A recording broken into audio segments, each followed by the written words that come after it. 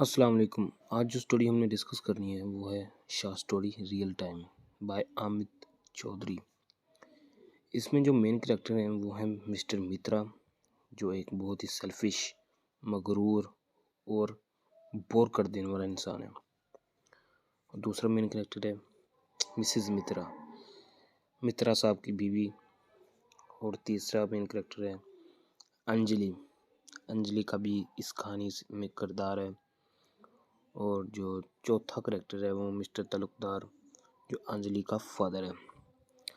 अब इस शाह स्टोरी की समरी की बात करते हैं। इसमें होता ये है कि एक लड़की है अंजलि, जो शादीशुदा लाइफ गुजार रही होती है, लेकिन वो अपनी शादीशुदा लाइफ में मुतमईन नहीं है। वो हर आए दिन अपने खामद से झगड़ती है और अपने माँ बाप के घर में आ जाती है। लेकिन उसके माँ बाप को ये बात बिल्कुल पसंद नहीं कि ये बार बार हमारे घर में आए और अपने पति के साथ झगड़ा करे। ये हिंदू कल्चर को शो कर रही है, इसलिए मैं पति बोल रहा हूँ। तो अपने खामद के साथ, अपने पति के साथ ये झगड़ा करके अपने आए दिन अपने घर आ जाती है, अपने माँ बाप के पास। उसके माँ बाप उसको बहुत ही बातें सुनाते हैं, बहुत नाराज़ होते हैं कि ऐसा ना किया करो, फलां फलां फलां फलां जो भी कहते हैं। वो एक दिन इन सब बातों से तंग आकर अपने घर की तीसरी मंजिल पर चढ़ जाती है और वहाँ से छलांग लगा के खुदकुशी कर लेती है।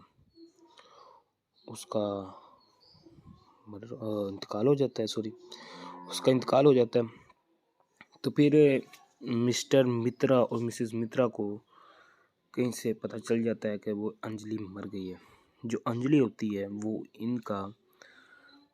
इनकी दूर की रिश्तेदार होती है, इतनी दूर की कि ये उनके घर का पता भी नहीं जानते। घर का पता ही नहीं है कि कहाँ पे घर इसका। लेकिन फिर भी वो रास्ते में जैसे कोई भटका हुआ पूछता रहता है रास्ता, ये कहाँ जाता है, ये कहाँ जाता है।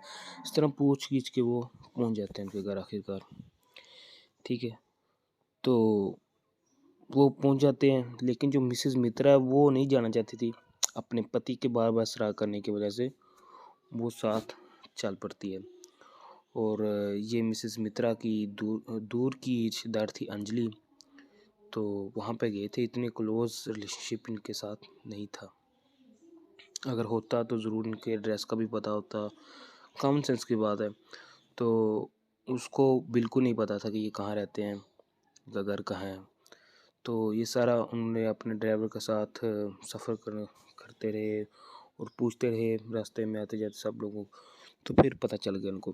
आखिर जब ये पहुँचे तो मिस्टर मित्रा जो है वो अंजलि के फादर के साथ मिलता है, उसके पास जाता है। बगैर कुछ अल्फाज कहे, बगैर अफसोस किए, उसको बस एक फूलों का गुलदस्ता पकड़ा कर साइड पर होकर खामोशी से खड़ा हो जाता है। ठीक है, वो बस यही समझता कि बस ये मेरा बस इतना ही फ़र्ज़ था, अब मुझे चलना चाहिए। मैंने अपनी पेरेंट्स शो करवा दी है, अपनी प्रेजेंस शो करवा दी है तलकदार को कि मैं आया हुआ हूँ, मेरी बीवी भी आई हुई है। तो बस इतने। उसने कोई अफसोस नहीं किया, कोई रस्मी अल्फाज नहीं कहे। जब कोई मर जाता है या उसकी किसी के फन पे हम जाते हैं तो उनके साथ इजहार अफसोस करते हैं, उसने कुछ भी नहीं किया। सिर्फ फूलों का गुलदस्ता पकड़ा कर एक साइड पे खड़ा हो गया और फिर अपनी बीवी को इशारे करने लग पड़ा कि आओ चलें यहाँ से, जल्दी चलें।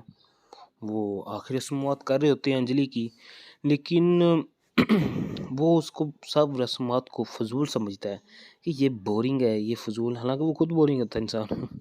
तो ये रस्मात को वो बोरिंग समझता है कि ये फजूल रस्मात क्यों कर रहे हैं यहाँ पे।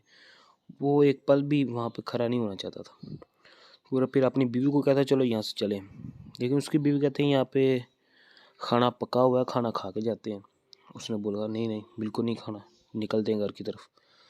तो फिर आखिर वो निकल जाते हैं घर की तरफ, लेकिन रास्ते में जाते जाते उसको फिर भूख लगती है।